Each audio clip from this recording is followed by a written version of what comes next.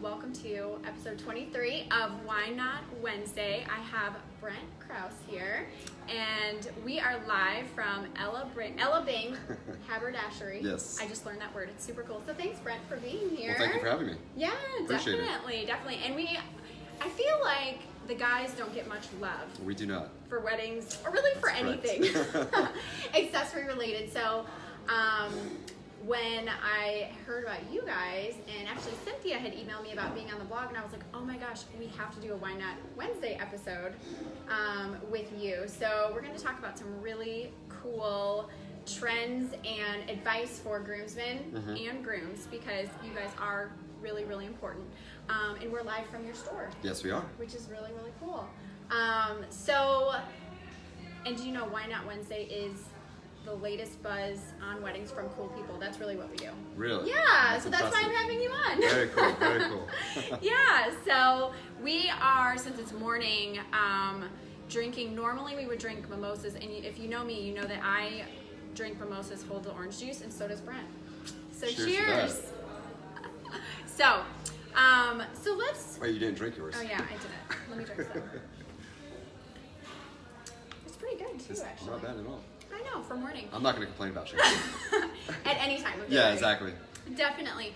So let's talk a little bit about you and where you're from. I always like people to get to know you a little bit, Sure. and kind of, how this concept came to be. And actually, at first, we have to talk about the word haberdashery, because I looked it up because I've never heard it before, and all it said was items sold by a haberdasher. So then I'm like, what's a haberdasher? So tell us what that is. So back in the day, I don't know when back in the day is or was, but it was a place where men would go to get their clothes repaired or tailored or fitted, and then they obviously could purchase clothes as well. Okay. The term kind of died out. It's an English term. The American version of haberdashery is outfitter. Okay, so like American Eagle Outfitter. I guess so, yeah. And that outfitter didn't really go with what, to me that sounds more outdoorsy. Right. So haberdashery is a word that not a lot of people have ever heard, or have never really used in a sentence. So it's a fun word, kind of goes with what we do here. So it made a lot of sense. Yeah, I love it. Super fancy and like very cool. Yeah, exactly. Yeah, definitely. Which goes along with everything you all do. I think so. As well. So tell us, how did Ella Bing get started? Like, what are you passionate about, and what was your vision for this brand? Yeah, so my brother Matthew, my little brother Matthew, my mom would make him bow ties all the time. He was living in New York City. Okay. And he really was a fashion forward kind of guy, liked to dress up well. He really enjoyed that aspect of fashion is wearing. He used to get jobs at all these high-end fashion retailers, not to make money, but actually just get the discount at the store. So he'd spend his paycheck in these places. Yeah, so that's how much he was into it. Unfortunately, in 2010, he passed away from suicide.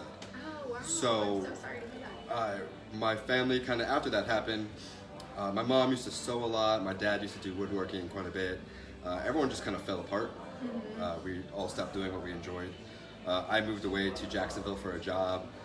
The family was just kind of all over the place. So in an effort to kind of bring our family closer together and back together, and also remember my brother, I pitched this idea to my mother. Why don't we start a bow tie company? Because initially we were just doing bow ties, cloth bow ties. We'll do it in memory of my brother.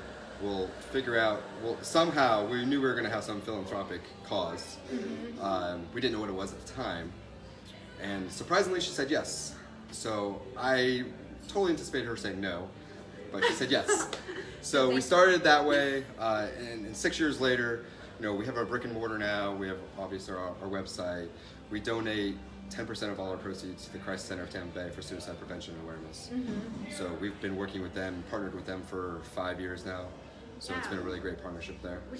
I absolutely love that. And I didn't plan it this way, but if y'all know, this is my 10-year business anniversary, and today's 10/10, and I'm all about giving back and, paying it forward, and, really just being able to give back by doing what you love to do. So I think that's really cool that helps honor your brother and, helps other people. Yeah, exactly. It's very important to us. Running a family business is extremely difficult, but at the end of the day, we're not business partners, we're family. So that's always kind of been the glue that has held us together.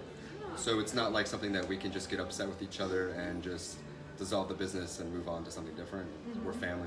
We feel that we have a bigger purpose. We're doing this because of my brother and in memory of my brother, and to help other people. You know, we don't want other people to go through what we've gone through. So hopefully, in this little arena that we're working in can help somebody. Yeah, and the Crisis Center in Tampa Bay is really amazing. It's actually very close to where I live. Okay. And I've done a tour there before, so it's really an awesome organization to get back to. Definitely. Yeah, I just did a new tour there last week. Oh, okay. They just went through a remodel, so they showed us around. Very cool. Nice. They're doing a lot of great things there. Yeah, definitely. So you kind of started with the cloth bow ties. Yes. And one thing that is really cool that you guys do is the wood ones. Yes. Which is awesome. Do you have? I want to see. I do, yeah. So this is a They're wood like bow tie. actually made of wood. Like, how cool is that? And then, do you design these or do you buy them? Like, No, so my father makes these. Really? And so he starts with a block of wood Okay. and cuts out the basic bow tie shape, basically just the 2 triangles, and then he'll carve it down to what you see here. It's all hand carved, all one-of-a-kind pieces.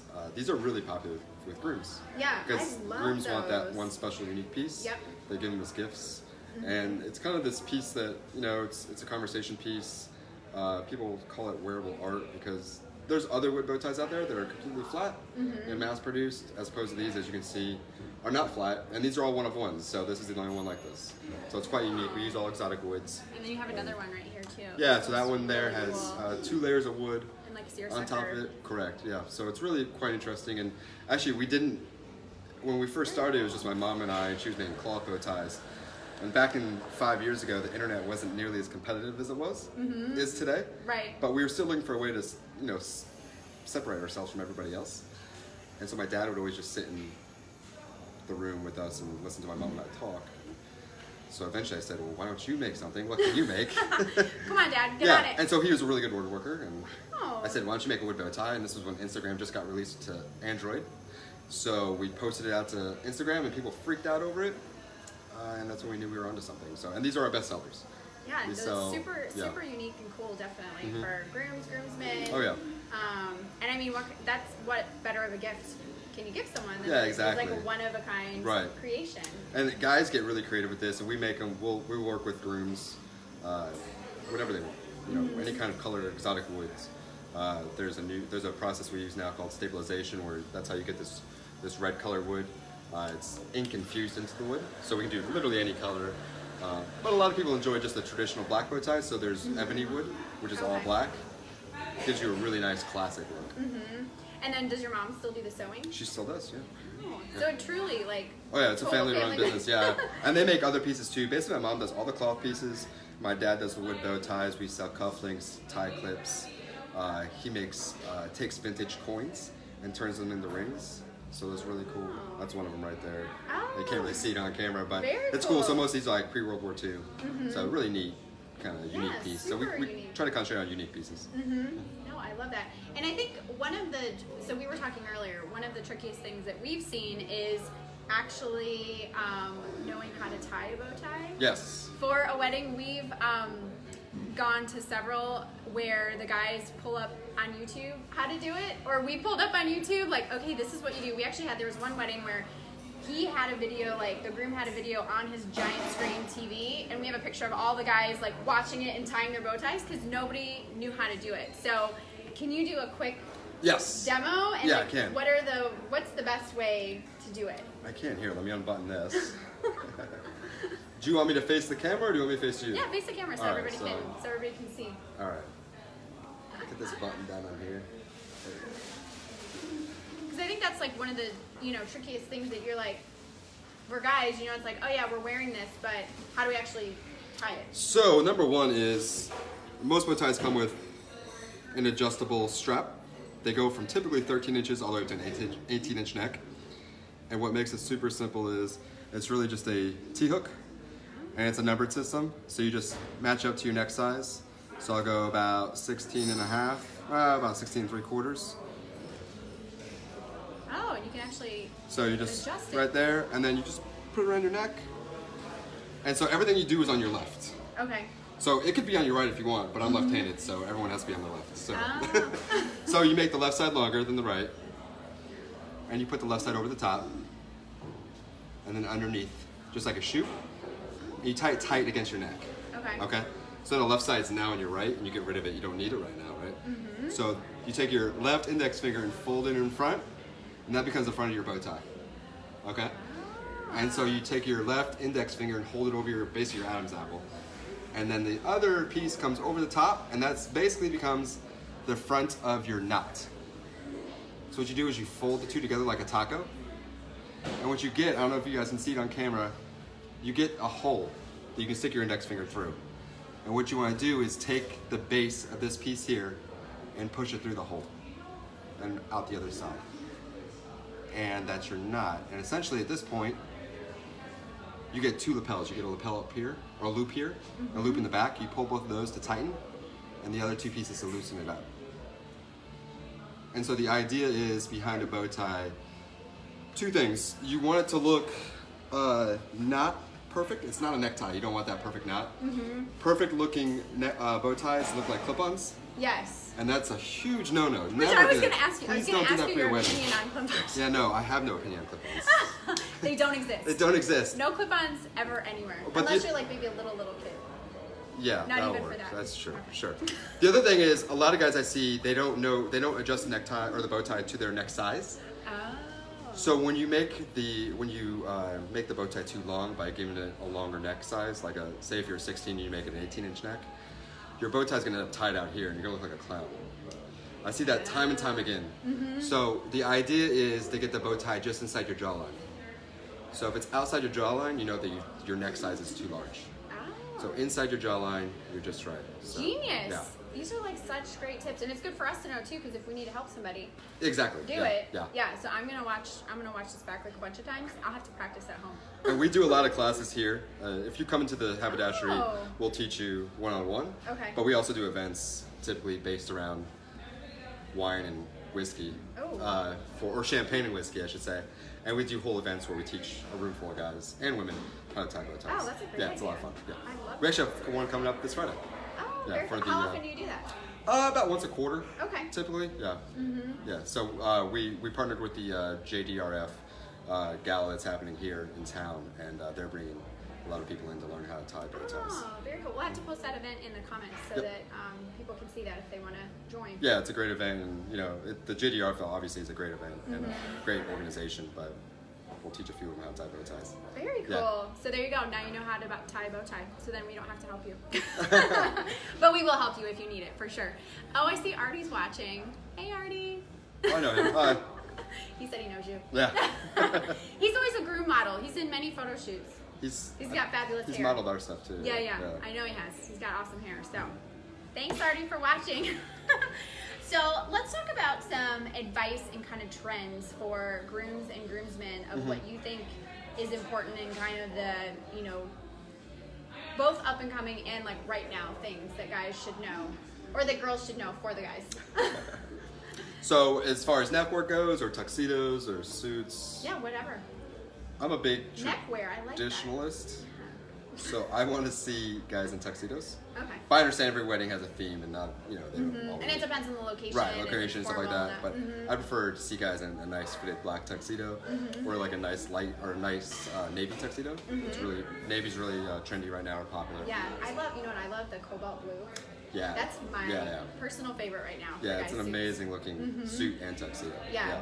And obviously, I'm always going to prefer for formal events bow ties over neckties. Just how I operate. Yeah, So, you should. but definitely, bow ties for sure. A lot of guys trying to match their pocket squares with the same fabric as the bow tie. That's a big no-no. Oh, really? Yeah, you just look like Oh, you went see, I to- would have thought it. You should. No. Okay, not. see, I don't know. You certainly do not want to do that. So what you want to do is you have your centerpiece, which is the bow tie, and then coordinate it with the pocket square. Ah. So if you match it, matchy type, it looks like you just went to, an off the rack type place and got it out of the box set. And it just like came with. Yeah, it came with it. It's just it's not a good look. Ah, Yeah. good to know. Yeah. That's really good to know. But always like, whether it's a suit or tuxedo, get it tailored, get it fitted. Obviously, if you can purchase the tux or suit, do that versus renting it. Just because when you rent it, it's not going to be tailored to your body shape. Yeah, and then body especially type. for a wedding, like you can have that's like your custom suit that you can wear then for other weddings. or Yeah, events and exactly. I stuff. mean, what I've noticed is women get a lot of things for weddings. You guys have a lot of things going on for weddings. That's true. That's why it takes us so much longer to get ready. Well, yeah, understand. Yeah. And you guys always look fantastic. But men really do not have that much. They really True. don't get that much when it comes to weddings. And it's okay, but like there are some men now, or a lot of men now, are starting to understand that it's also their day too. And they want to splurge on something. And a lot of times it might be like a wood bow tie, where it's just that kind of centerpiece for their suit or tuxedo. And the same thing goes with the tux or the suit. You know, get it fitted. This is your one day, hopefully, that, you know, it's going to be in photographs for the next 50 years. You don't want it to be some suit that's hanging off your shoulders, you know, so. Definitely. What do you think about like different fabrics, or like should everything be the same, or different patterns or fabrics or textures? For weddings? Yeah. I would say with everything it depends. It just depends. Depends on what. A lot of times guys come in here, or men come in here, and their wedding's that day. Yeah. And they're trying to find something to wear. So guys, don't do that. I encourage them to, if they do prep, to bring what they're wearing here, so they can match it or coordinate it well.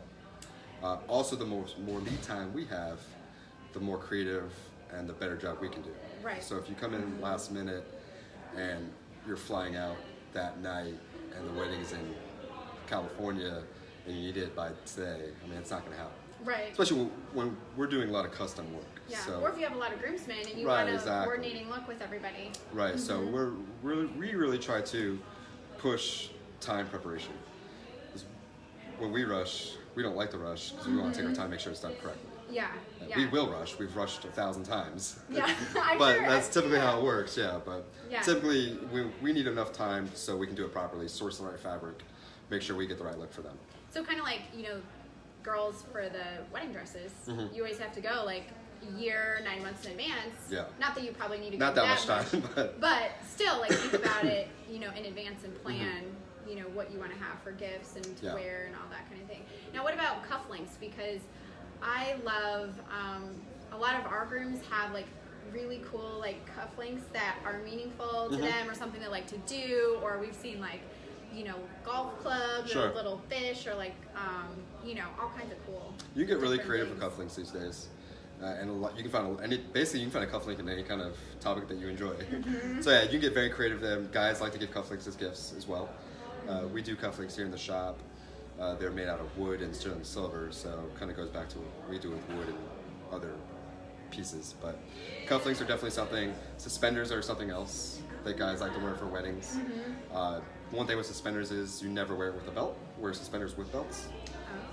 Because that's a good rule also. That's an excellent rule. Yeah. That's like matching your pocket square with your bow tie. It's the same no-no type thing. So definitely if you're wearing suspenders, no belt. No belt, at all, period. Did you hear that? No belt. And typically if you're wearing a tuxedo, you definitely want to do black suspenders.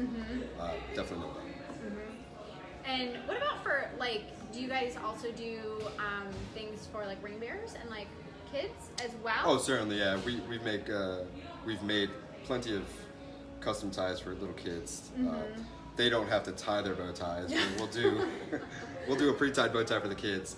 Yeah, we do custom work for them too. Oh, as well. Very cool. Very cool. I love that. What is some other kind of advice you can give in terms of maybe gifts, or even also like the time frame that the guys should start planning, so that there's enough lead time to get like custom gifts, or like things that you know, they're not gonna be able to have if they kind of do it last minute? Obviously, it depends on your wedding party size, right? I would like to see at least 2 months lead time. Typically, that's plenty of time for us to get done what we need to get done. If it's a smaller wedding, you know, a month is fine. But a larger wedding, you know, talking more than 5, 6, 7 groomsmen, definitely 2 months would be nice. Okay. That gives anybody you're working with enough time. No, it's not really. That's not bad at all. You know, just what I see a lot is guys I call peacocking, and they have too many centerpieces. So typically you want one centerpiece. Okay. That if it's a bow tie, make it the bow tie. If it's your fancy shoes, make it your shoes. Yep. Don't make it the fancy shoes, the bow tie, the pocket square, the lapel flower. All those things. It's just too much. It's overwhelming. So you want it to be like one thing. Correct. And then like coordinate the accessories. Right. Coordinate the accessories around that one centerpiece, and you'll be good to go. What's your favorite look right now that you see or that you think is cool that people should be doing if they aren't? I love for weddings, I love a traditional black tux, black bow tie, black shoes. I just love all that black look, black suspenders. Super fancy. Super fancy, super traditional. Obviously tailored perfectly to your body type, and that's gonna be top notch every time. What about so if it has to be casual or more casual, what do you think is a cool look for that? I like vests, waistcoats, vests. That's a super casual look. And even with the vests, that can become your center point. And so if you get something with an interesting pattern, that's perfectly acceptable too. Then you don't necessarily need neckwear. So you can skip the bow tie, skip the necktie. And maybe if you're just doing the vest, maybe just do a nice lapel flower. Okay. A real flower. I always say lean towards carnations, not roses, because roses are for prom and homecoming. Plus carnations last longer. So the carnation is more that traditional look. So like a nice red carnation is classic. So and that can be a nice focal point with your vest and that carnation. And that looks great. We've seen that like vests a lot for more like beach weddings or if it's a destination, like more like linen, more casual. Yeah, exactly. Well, and plus here in Florida, I mean, I wear vests a lot because it's just too hot to wear a jacket every single day. I mean, it's still 85, 90 degrees out here in October. It is yesterday it was so hot. It was ridiculous.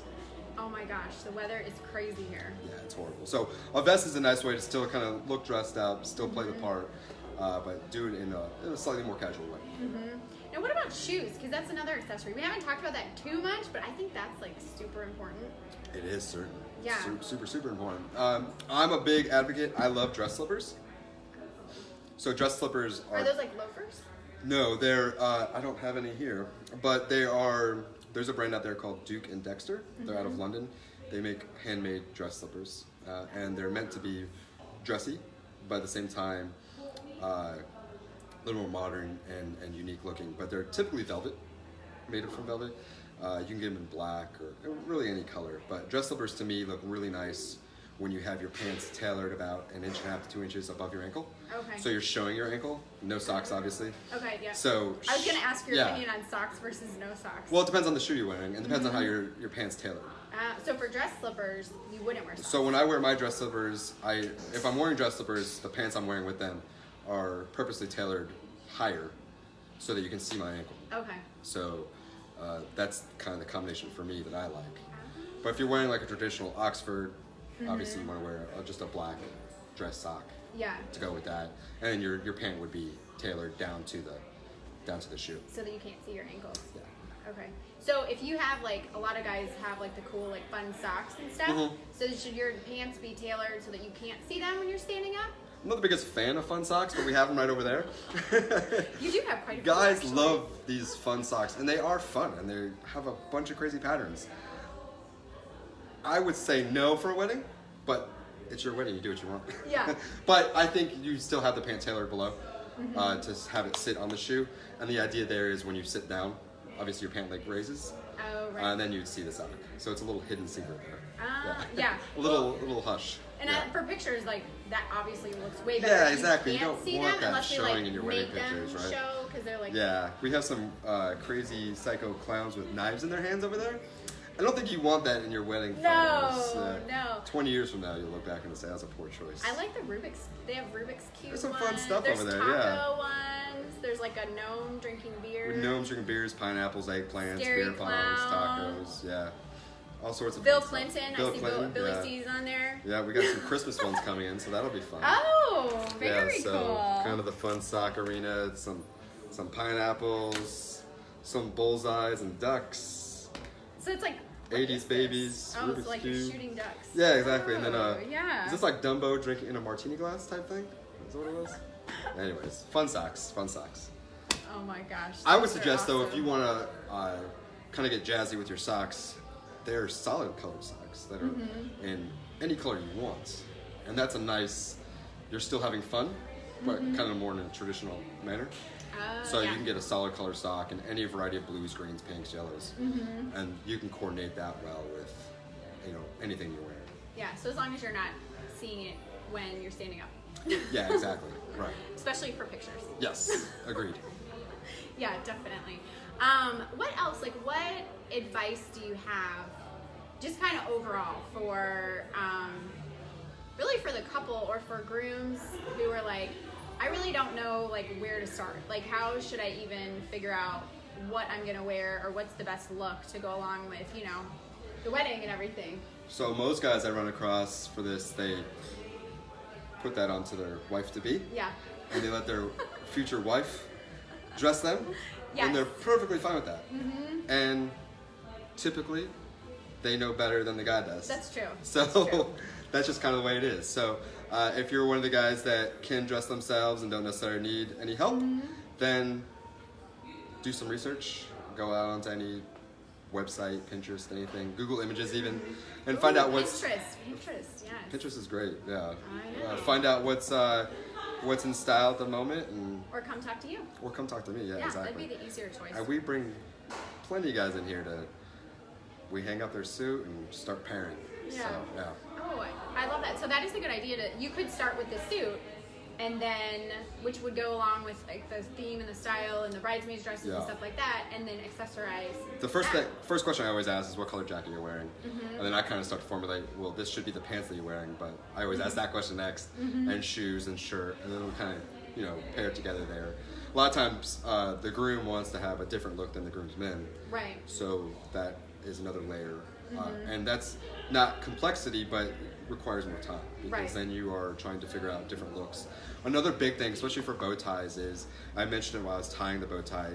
The ribbon goes up to 18 inches, so sometimes you have some bigger, larger guys that have thicker necks. Mm-hmm. So wherever you get a bow tie, whether it's out of the box or custom made, you want to find out the groomsmen's neck sizes. Oh, that's a Most great guys, tip also. 90% of men are going to be under an 18-inch neck, but every once in a while you'll get a guy that's 6'7", 300 pounds that has a larger neck. We need to know that because this bow tie will not fit him. Ah, so then you have to like. So we make it custom larger. for them and make the ribbon longer and put basically a longer ribbon that goes from 19 inches to 22 inches. So that's another big thing. Also, there's different cuts. So this is a 2-inch butterfly, and then if you could grab me that purple one right there. This one. Yeah. And then Oh yeah, we see- need to show some of these because these are. So really this is a cool. diamond, so it just gives you a different look. Okay. And then with a diamond, you have a diamond point up front, a diamond point in the back. So it's just like kind of a trendier look take on the bow tie.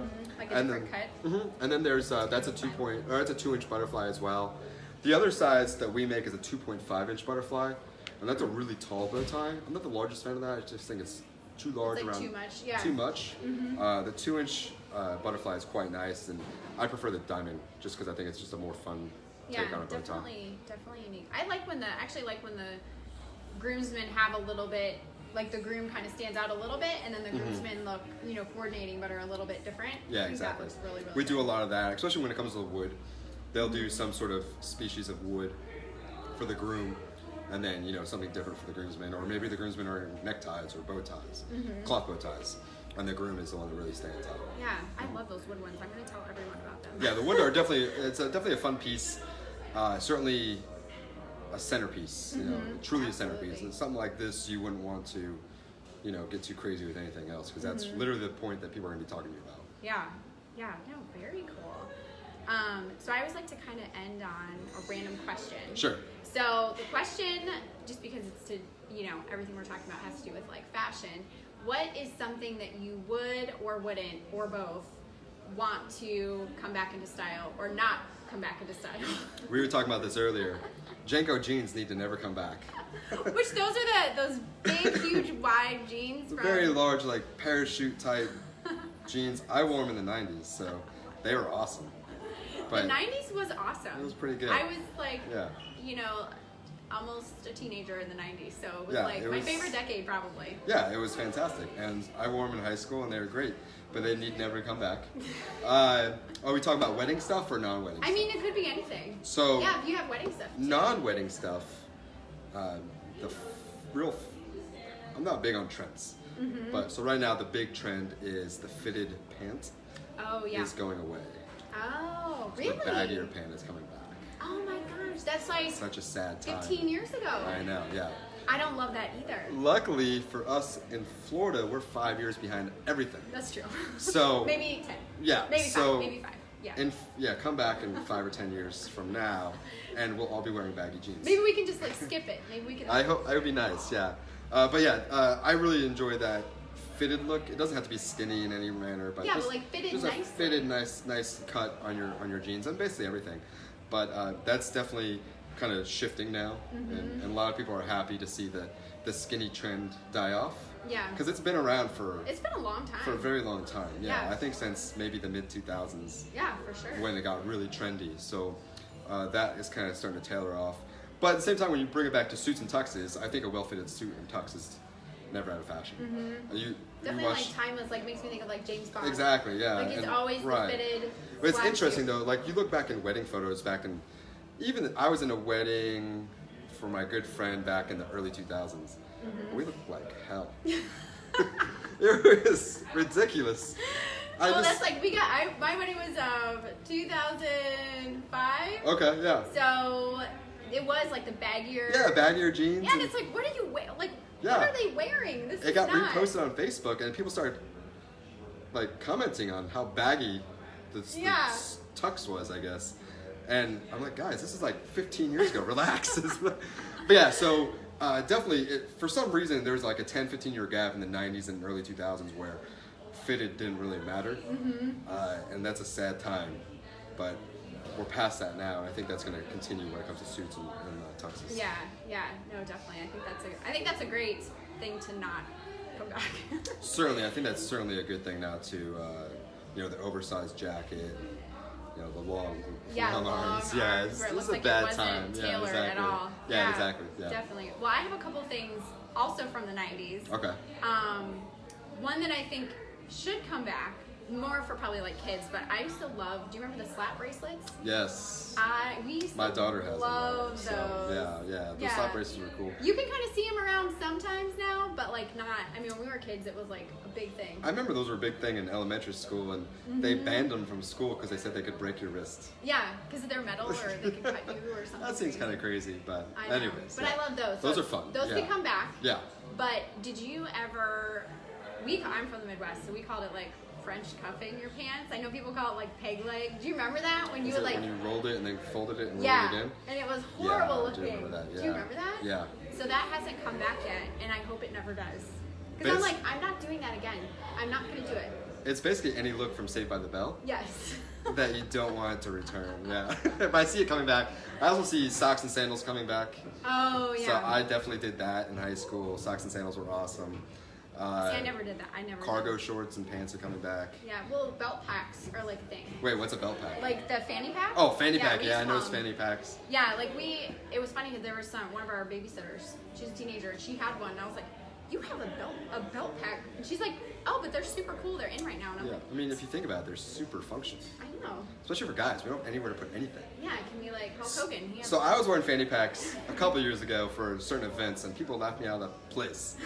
I'm like, guys, just relax. It's gonna. Just wait. You'll I'm all be ahead. wearing them in a few I'm years, ahead and of the now I time. see fanny packs all over the place. Yes. Yeah. So slap bracelets and... Slap bracelets, maybe some puka shells. Yes. Now we're just going all 90s. I know. Yeah. I love it. I do. It's my favorite decade. Yeah. Yeah. So this was so awesome. I learned so much important info. Good. I'm glad. Yeah. So thanks so much for joining us. Yeah. This Thank you was for having me. I awesome. appreciate it. I'm gonna pull that clip from Tying the Tie because I think that's like super important. So we'll post just that too, so people can like watch it because I think that's a really easy way to be able to tie it so it looks good.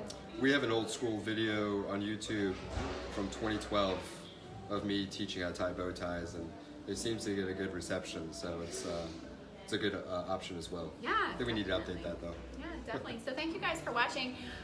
Next week on Why Not Wednesday, I'm going to be live from Tailored Twig, which if you haven't seen Darren and his team's work or been to his office, it's super amazing. When you walk in, it's basically like a mid-century modern loft, and their floral and decor work is totally amazing. So I will be live from Tailored Twig next Wednesday at 3 o'clock. And until then, I hope you guys have a great day. Bye. Thank you.